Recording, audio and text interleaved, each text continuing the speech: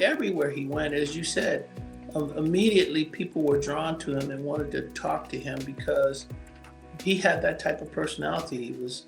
He was funny, he was engaging, he loved people, and you could feel that from him. We'd go up in that suite, and like Bill used to talk about, them Rickey wings were spread all over the room, and people are laughing and having a good time. I will miss those days more than anything that I've missed watching him on the field. And let me tell you something, when they talk about somebody on television that you don't bend over to get your food or your popcorn or your drink, when Rickey was playing, he was one of those dudes. To think of the greatest player in the history of a franchise being from the community, and Rickey was part of Oakland, and I don't think he ever forgot that. I think that was one of the most endearing and enduring traits that Rickey had, was that he never forgot where he came from. It's not the sport that made Rickey. Rickey, as we all know, made the sport. I think people realize the greatness of Rickey Henderson on the field, but I don't think they realize who he was off the field. I mean,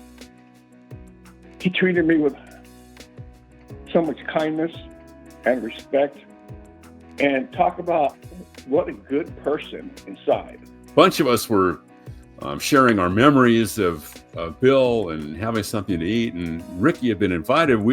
He hadn't shown up yet. And there were these big doors.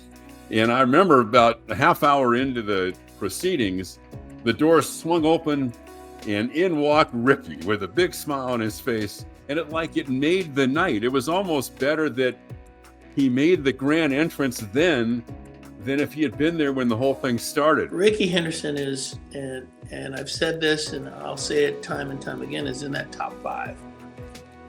And because Rickey did things that Willie Mays couldn't do, or Mickey Mantle. You name whoever you have as your Hank Aaron, you Babe Ruth. You hear all the names.